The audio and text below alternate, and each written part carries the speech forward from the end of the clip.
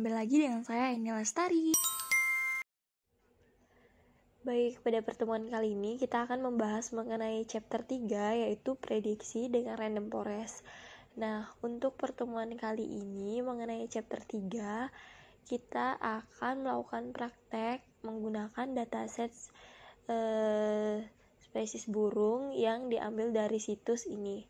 Nah, situsnya itu yaitu http, coba kita ambil.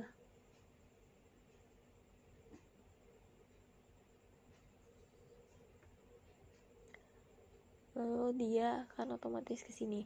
Nah, ini merupakan tampilan apabila kita sudah mengklik si situs http dan ini ya. Dia langsung muncul seperti ini. Nah, di sini ada bagian key. Key ini kita klik saja. Lalu kita masuk ke dalam dataset. Tunggu sebentar. Kita masuk ke here. Nah, apabila teman-teman sudah masuk di sini, sudah mengklik here, maka tampilannya akan jadi seperti ini. Nah, di sini kita diminta untuk mendownload si bagian folder CAP 200 2011 ini untuk dijadikan sebagai bahan untuk percobaan pada praktikum ke chapter 3 ini. Nah, di sini berhubung saya sudah melakukan percobaan dan melakukan download di sini sudah saya masukkan di bagian sini di folder kecerdasan buatan. Lalu saya buatkan di sini folder 3 yaitu chapter 3. Setelah itu di sini kita buatkan folder yang namanya data. Nah, data ini adalah folder yang akan menampung si folder yang baru saja kita download tadi. Nah, dia bakal berbentuk RAR dan silakan teman-teman untuk mengekstraknya terlebih dahulu. Lalu dimasukkan ke dalam folder chapter 3 ini. Nah, apabila selesai, kita di sini akan langsung mengeksekusinya. Nah, untuk langkah pertama di sini kita masuk ke dalam aplikasi Spider. Nah, di dalam aplikasi Spider ini kita akan melakukan praktek program. Kita lihat terlebih dahulu di bagian sini. Untuk praktek programnya, tunggu. Nah, ini adalah praktek program. Untuk tugasnya yaitu yang pertama, kita diminta membuat aplikasi sederhana menggunakan Pandas dan jelaskan arti setiap baris kode yang dibuat. Nah, di sini saya sudah mencoba tadinya untuk melakukan membuat aplikasi terlebih dahulu seperti itu. Untuk tahap pertama di sini kita tentunya diminta untuk mengimport terlebih dahulu si Pandas ini yang mana diinisialisasikan menjadi PD. Nah, ini nih maksudnya inisialisasi itu adalah inisial. Jadi dipersingkat gitu. Biar tidak terlalu panjang seperti Pandas. Seperti itu. Bisa disingkat menjadi PD. Selanjutnya di sini kita bakal melakukan percobaan yang kedua yaitu membuat aplikasi menggunakan NumPy. Lalu di sini kita inisialisasi juga. Nah, kita langkah pertama yaitu si Pandasnya terlebih dahulu. Di sini kita sudah mengetahui bahwa langkah pertama itu yaitu membuat aplikasi sederhana menggunakan Pandas.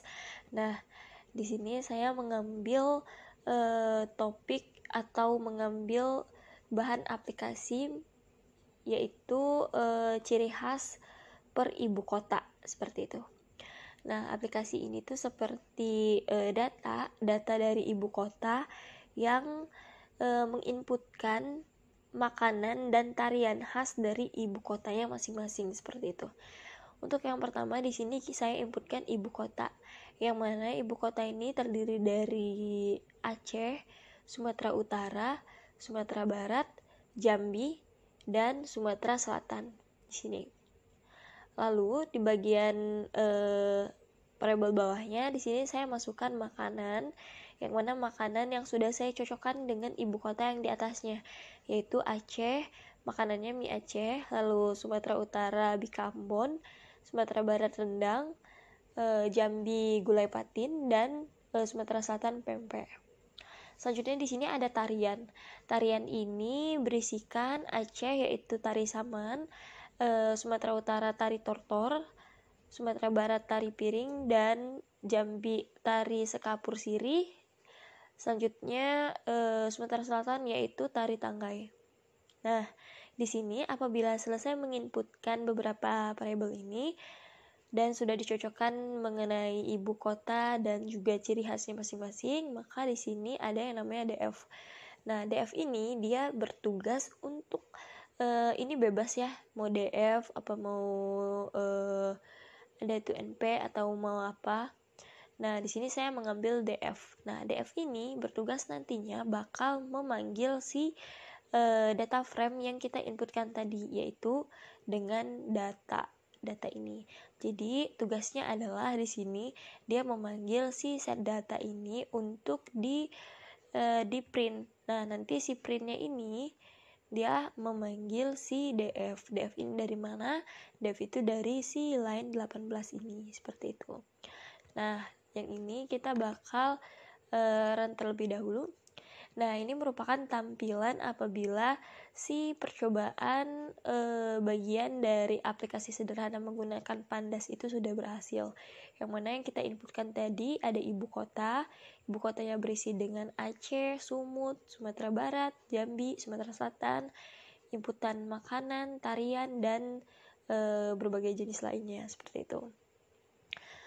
Oke, kita masuk ke dalam percobaan kedua. Yang kedua ini kita diminta membuat aplikasi sederhana menggunakan NumPy dan jelaskan arti di setiap barisnya. Oke, pada bagian ini membuat aplikasi sederhana menggunakan NumPy. Yang mana di sini saya menggunakan dua variabel. Yang pertama A ini merupakan A ini dimasukkan NP yang sebelumnya teman-teman harus mengimport terlebih dahulu si NumPy-nya yang diinisialisasikan menjadi NP. Itu NumPy itu NP. Jadi di sini A sama dengan NP. NP ini adalah NumPy. Lalu masukkan array-nya yang diinputkan 1, 2, 3, 4, dan 5. Lalu untuk poin B, sama seperti tadi, NP adalah inisialisasi dari NumPy. Lalu masukkan area 1.2, lalu 1.5, lalu 5, 6, 7, seperti itu. Lalu di sini saya akan mencetak atau memprint yang bagian variabel A. Di sini, berarti yang poin yang ini ya, teman-teman. Oke, kita langsung coba aja. Nah, ini merupakan tampilan apabila kita memprint si nilai A, karena si nilai A itu kan 1, 2, 3, 4, dan 5. Nah, di sini dia otomatis akan mengeluarkan output yang kita inputkan di dalam array ini nih, seperti itu. Oke, selanjutnya kita akan masuk ke percobaan yang nomor 3. Percobaan nomor 3 ini kita diminta untuk membuat aplikasi sederhana menggunakan matplotlib dan jelaskan arti di setiap baris kodenya. Nah, di sini kita akan menggunakan matplotlib. Yang pertama, kita mempunyai variabel x yang diinisialisasikan menjadi NP. NP itu yang tadi NumPy. NP range-nya itu 0, ini nilainya. Lalu ini variabel y-nya yaitu NP NumPy, ini nilainya tan x. Lalu di sini ada inisialisasi dari si matplotlib, pyplot diinisialisasikan menjadi plt, seperti itu. Dan bila teman-teman belum mengimport, silahkan import terlebih dahulu. Di sini kita masukkan si plt-nya, plt.plot. Lalu masukkan variabel x dan y-nya. Setelah itu di sini si matplotlib pyplot-nya dimasukkan di sini dan akan ada perintah menampilkan atau show, seperti itu. Kita langsung aja coba pada percobaan yang ini. Nah, masuk ke plot. Nah, ini merupakan tampilan dari percobaan membuat aplikasi sederhana menggunakan matplotlib. Nah, di sini tentunya kita sudah lihat bahwa si gambarnya ini sudah diarahkan sesuai dengan permintaan kita di variabel X ini. Coba kita ganti, semisal ini menjadi 2. Gambarnya akan otomatis berubah juga seperti itu. Nih, ini adalah perbandingan apabila angka 2 dan angka 3 sebelumnya. Ini angka 3 0,3, yang ini 0,3, dan yang ini 0,2 seperti itu.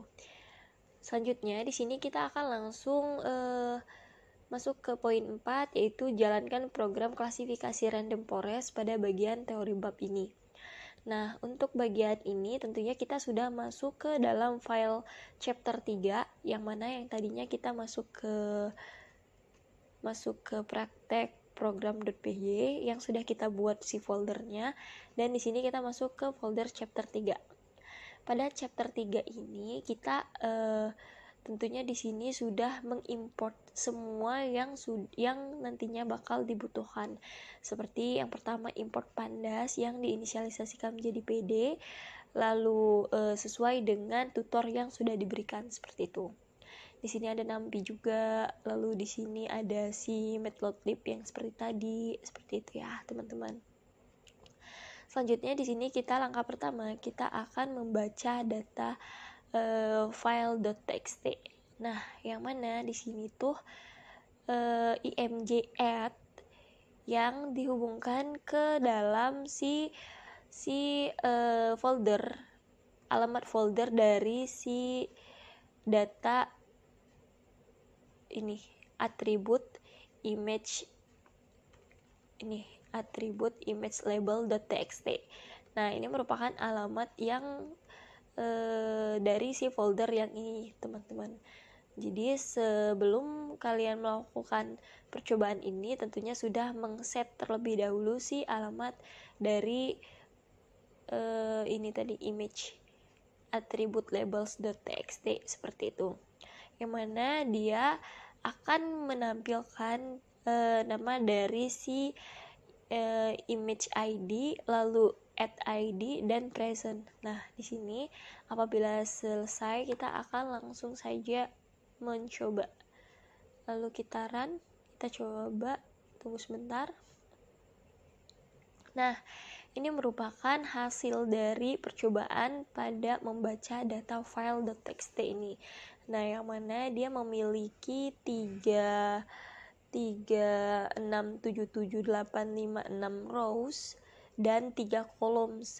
Nah, yang 3 columns itu mana? Yang ini, img ID, lalu add ID dan present, seperti itu.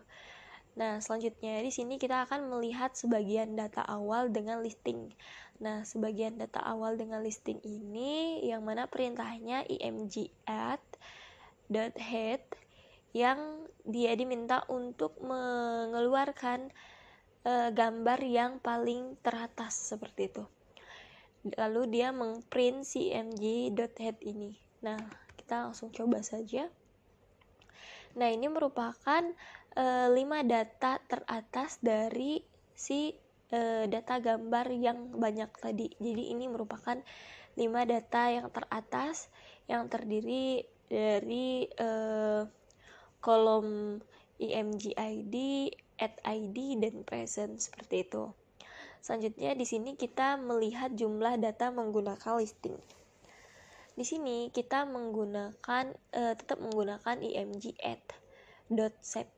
Nah, dia akan mengprint img add.sep juga, yang mana tampilannya akan jadi seperti ini. Nah, ini kan kita lihat nih, tadi si rows-nya itu 3677856 yang sudah sesuai sama ini tadi nih, yang atas sekali. Dia mengeluarkan seberapa banyak sih data gambar itu di dalam si folder ini. Jadi sebanyak 3677856 dan si columns-nya itu 3, seperti itu. Selanjutnya di sini kita akan masuk ke dalam percobaan percobaan ini pivot dataset. Pada pivot dataset ini tetap menggunakan IMG-AD2, yang mana IMG-AD2 ini sudah di set awalnya yang IMG-AD.pivot. Pivot itu memanggil si dataset pivotnya ini yang berisi indeks yaitu IMG-ID dengan kolom yang memanggil indeks IMG-ID, lalu add-ID dan present.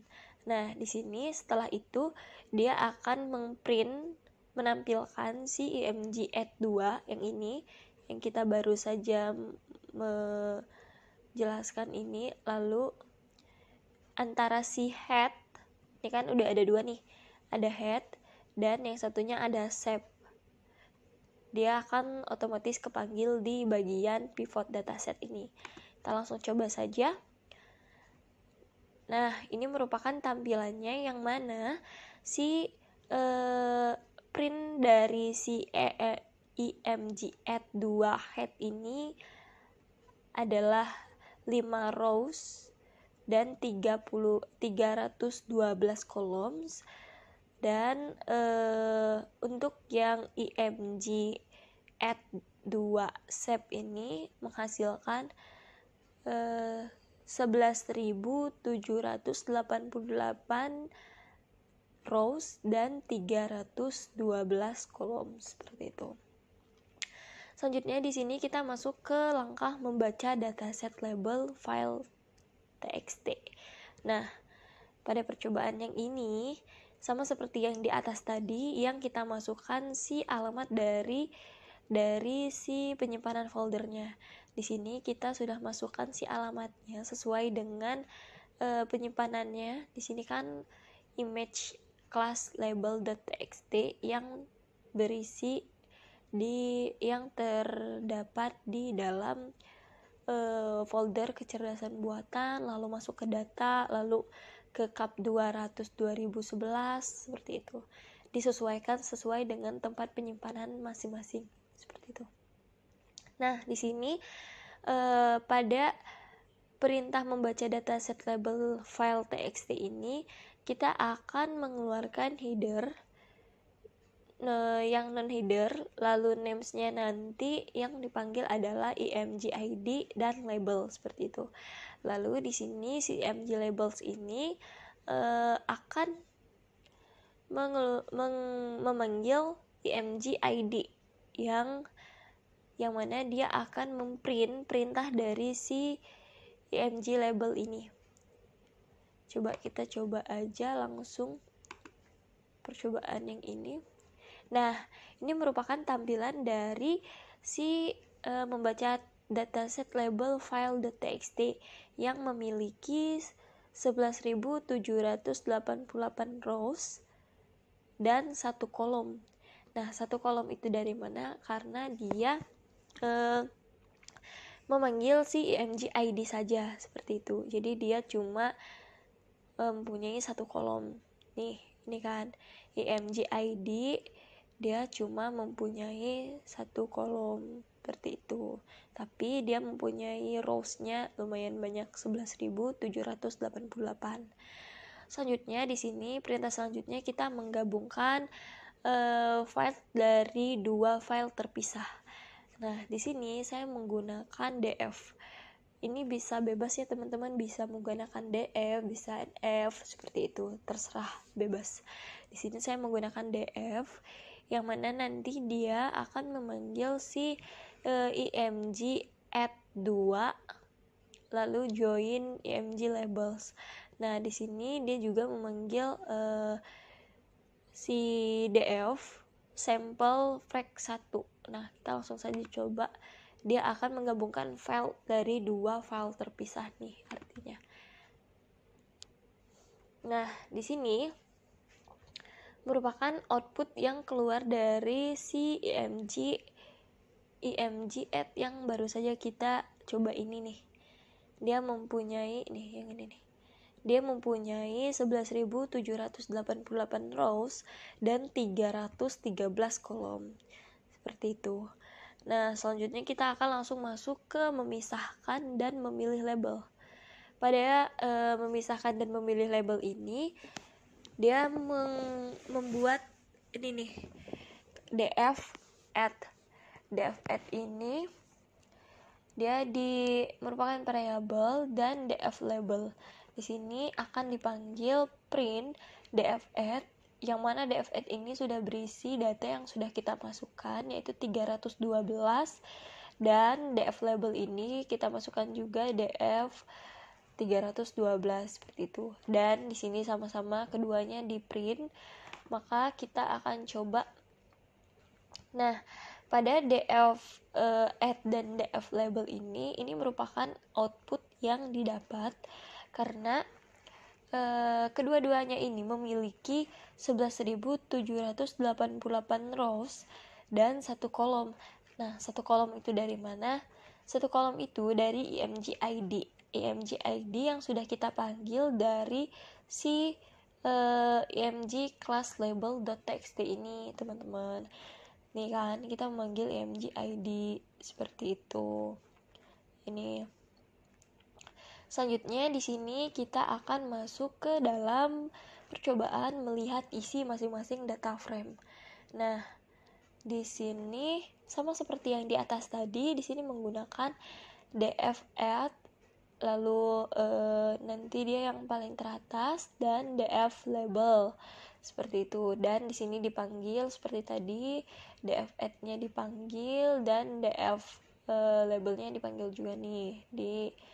Akan ditampilkan lah artinya tuh. Kita coba. Nah, ini merupakan tampilan teratas dari si data yang mau kita tampilkan, dari IMG ID-nya dan si labelnya. Nah, di sini 1, 2, 3, 4, 5, berarti ini data teratas, 5 teratas dari si file atau folder yang dari tadi kita ulik seperti itu. Selanjutnya kita masuk ke percobaan dari pembagian data training dan data test. Nah, di sini seperti tadi kita akan membagi antara data training dan data test. Nah, di sini df train add dan train label yang datanya seperti ini 8.000, df labelnya sama nih 8.000, lalu di sini ada df test. Kan kita akan melakukan pembagian nih dari data training dan data test. Di sini kita masukkan juga di sini tentunya data test add, lalu data test label seperti ini kan. Bedanya cuma train sama test. Lalu di sini sama-sama mereka itu dimasukkan nih, nanti bakal dipanggil si labelnya. Label antara si data train dan data test. Selanjutnya dia akan di-print si data trainnya dan di-print juga si data testnya. Lalu kita coba run. Nah, ini merupakan outputnya yang terdiri dari nih, dia mempunyai ini yang pertama nih, data trainnya nih, data train labelnya nih terdiri dari lengthnya 8.000, lalu data type-nya NT64. Selanjutnya di sini sama saja, tapi dia beda lengthnya. Lengthnya dia 3.788 dan data type-nya integer 64 seperti itu. Kenapa dia lebih banyak sih data train daripada data set?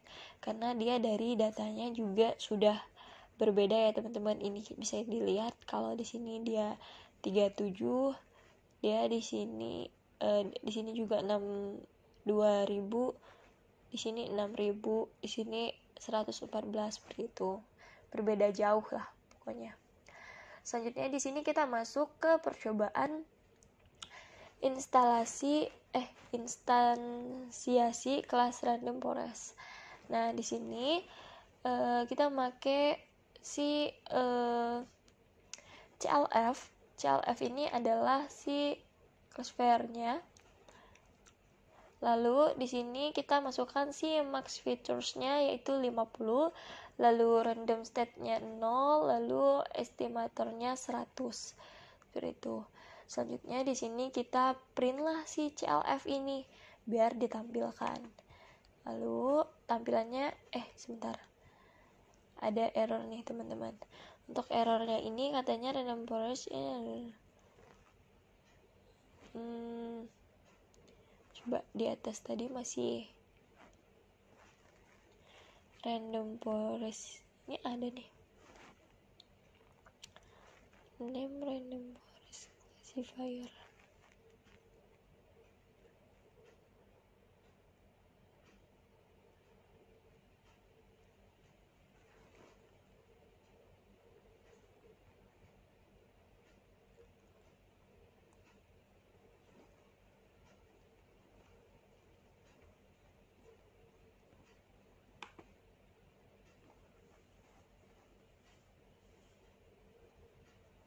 Sebentar.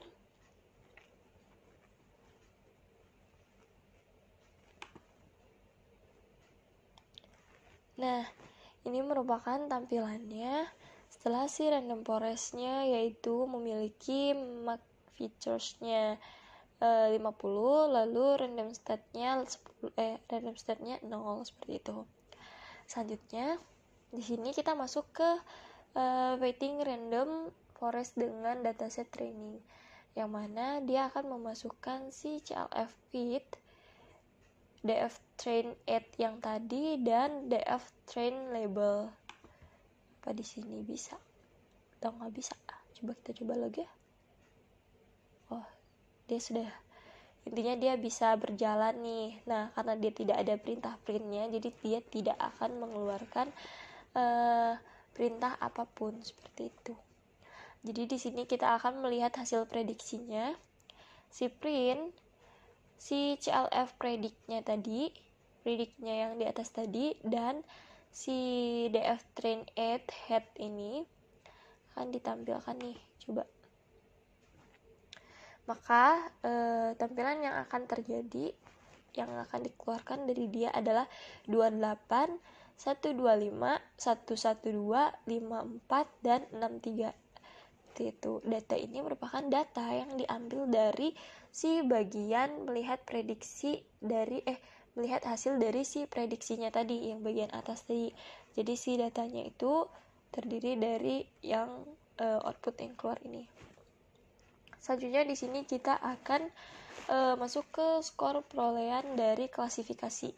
Di sini ada CLF score, yang mana dia memanggil DF test add dan DF test label. Nah, si printnya ini dia akan menampilkan skor dengan data yang dari si DF test add dan DF test label ini. Kita langsung coba aja. Nah, ini merupakan hasil dari si skor perolehan si klasifikasi nih.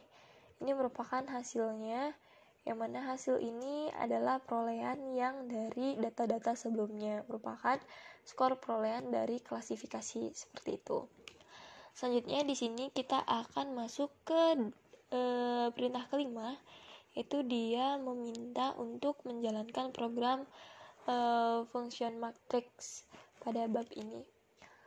Ini merupakan langkah untuk membuat confusion matrix. Di sini ada print labels, yang mana dia akan memanggil CLF predict yang DF test add seperti di atas tadi.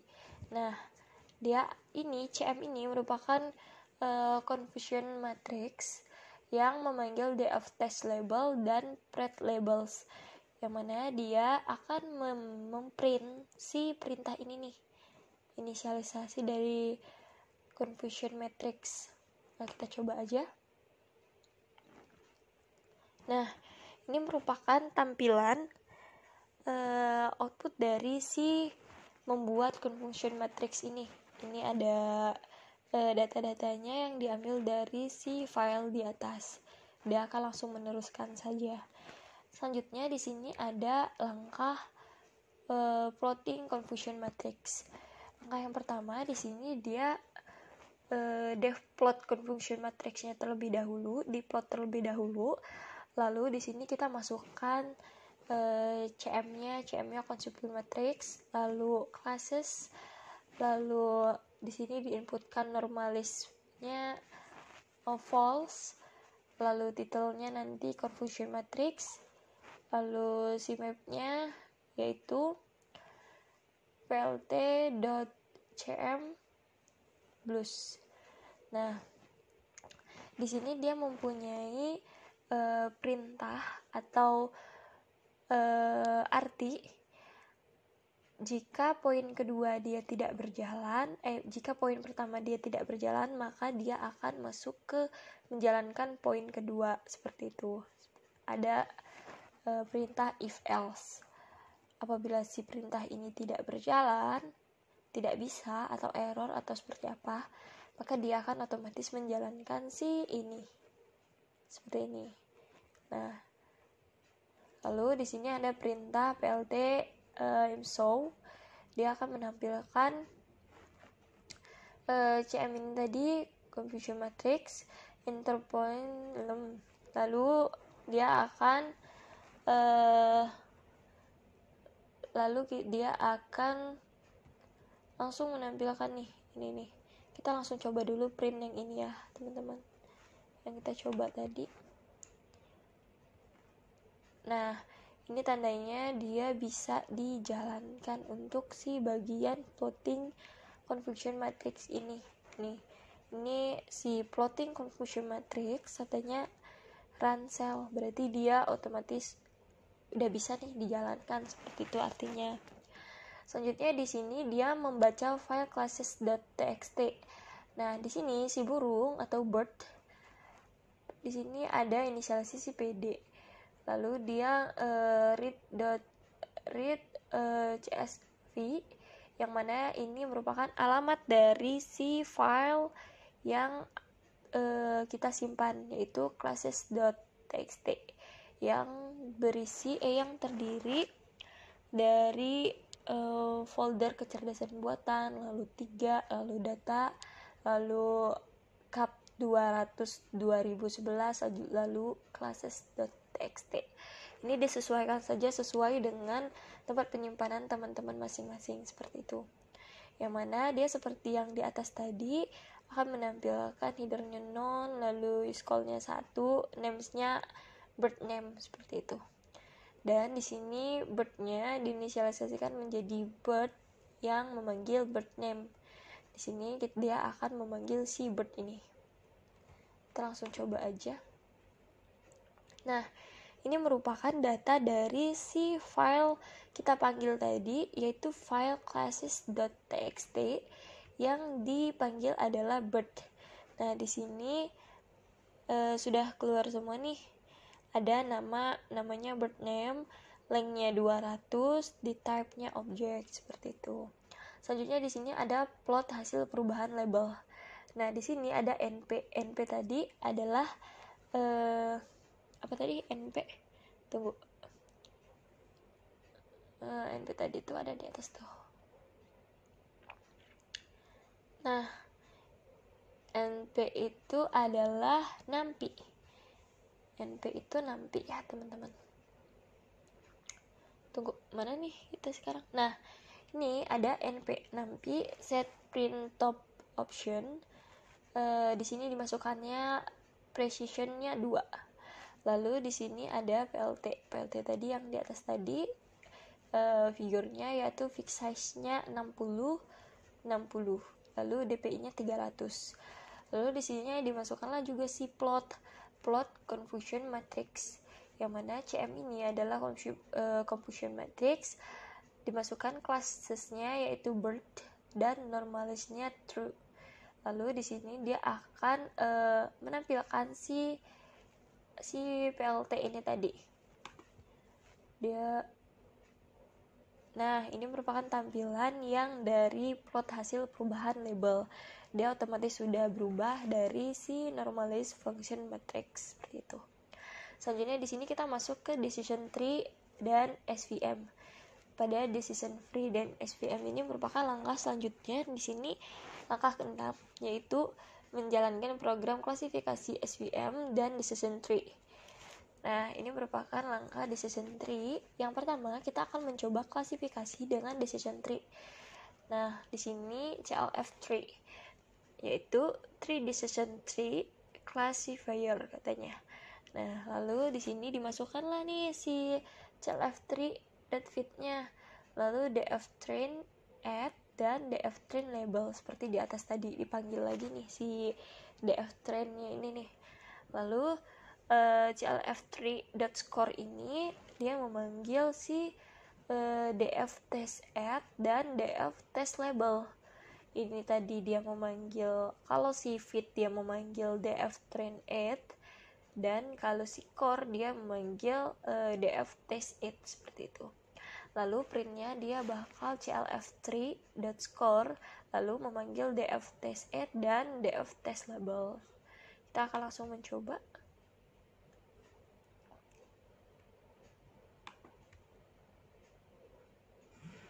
Ini sudah masuk ke belum?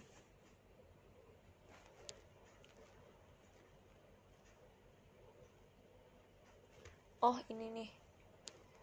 Ini DF-nya kita masuk ke sini aja. Variable example. Nah, ini SVM-nya.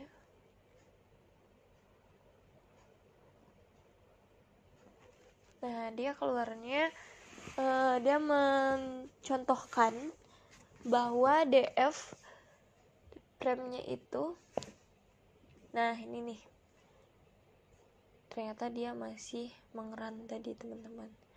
Nah, ini merupakan uji coba atau mencoba klasifikasi dengan decision tree. Dia dapat dijalankan dengan nilai si 0 ini nih, dengan nilai yang keluar seperti ini, sesuai dengan percobaan kita.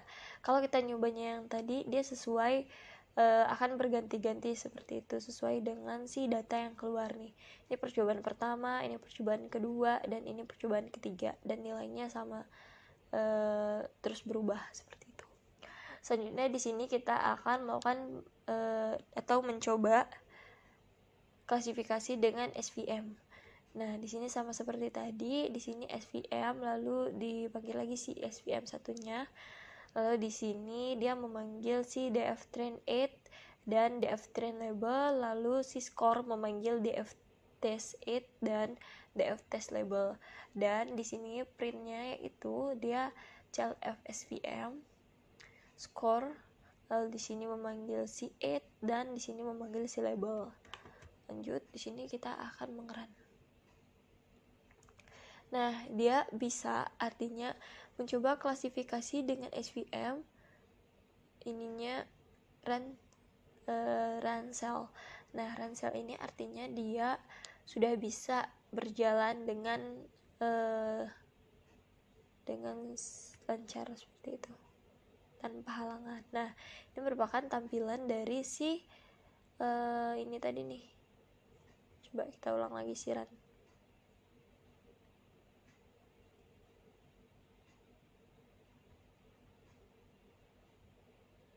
Tunggu, dia masih mengeran.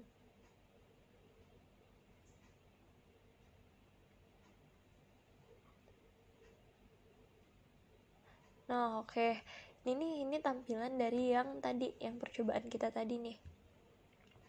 Ini tampilannya, yang mana ini merupakan garis yang diambil dari si mencoba klasifikasi dengan SVM yang ini.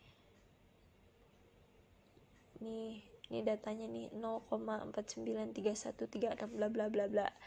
Selanjutnya di sini setelah kita melakukan percobaan klasifikasi dengan SVM, lalu kita masuk ke dalam percobaan selanjutnya, yaitu menjalankan program cross validation pada bagian ini nih, pada bagian teori ini. Di sini kita masuk ke dalam cross validation. Pada cross validation ini, yang pertama kita akan melakukan hasil cross validation untuk random forest. Nah, yang mana si scores itu sama dengan scores pulse scores, yang mana itu artinya adalah si ini akan memanggil CLF, DF train 8, DF train label yang CV-nya adalah 5. Nah, dia akan menampilkan si score dan 2 dari conferring 95 si score tadi, yang mana dia akan mengprint si score dari yang kita masukkan nih, yang dikali 2 nantinya. Kita coba aja. Tunggu sebentar.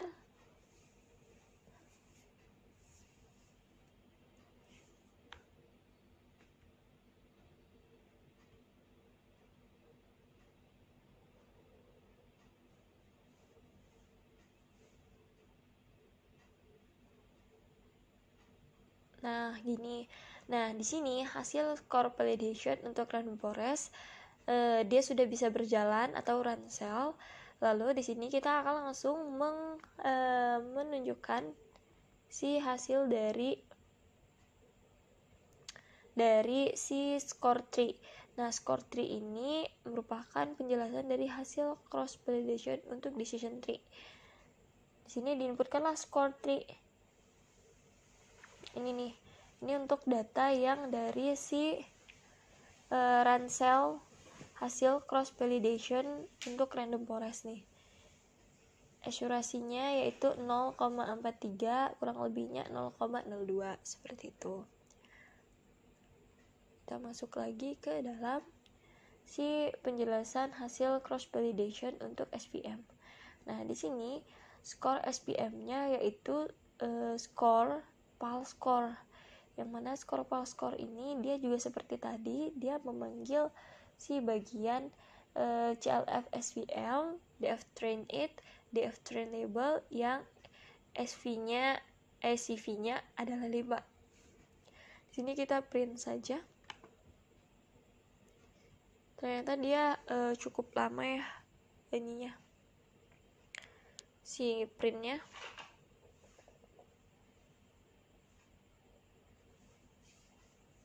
Kita tunggu sebentar. Nah, sembari menunggu, kita akan langsung menjelaskan yang bagian si pengamatan komponen yang dibuat.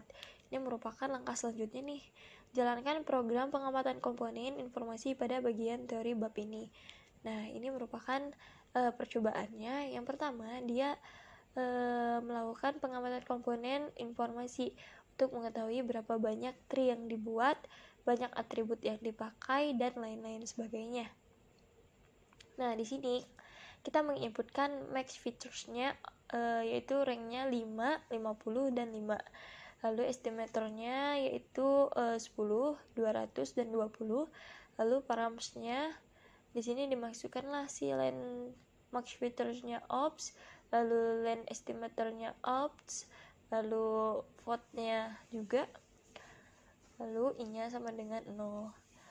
Selanjutnya di sini si max features in max features ops for estimator in estimator ops. Nah, di sini maksudnya dia akan menampilkan CLF si random forest classifier yang isinya max features dari si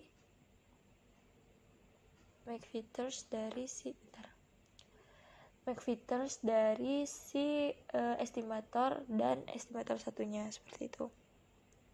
Selanjutnya di sini dimasukkanlah sama dia nih yang si reference-nya I0, lalu max features, lalu yang ini juga estimator, lalu score mean, lalu score STD kali 2. Lalu dia akan mengprint max features, lalu 6 estimator, lalu actuary, dan lain sebagainya, seperti itu. Lalu kita akan langsung mencoba saja. Nah, ini merupakan nilai dari max features-nya. Max features-nya itu 5, 6 estimatornya 10, actuary-nya 0,25, kurang lebih 0,02 seperti itu. Nah, dia akan otomatis terus mengerun atau melakukan looping, dan dia tidak akan stop apabila tidak di stop dari si kitanya seperti itu. Di sini kita cukupkan saja si ininya, si bagian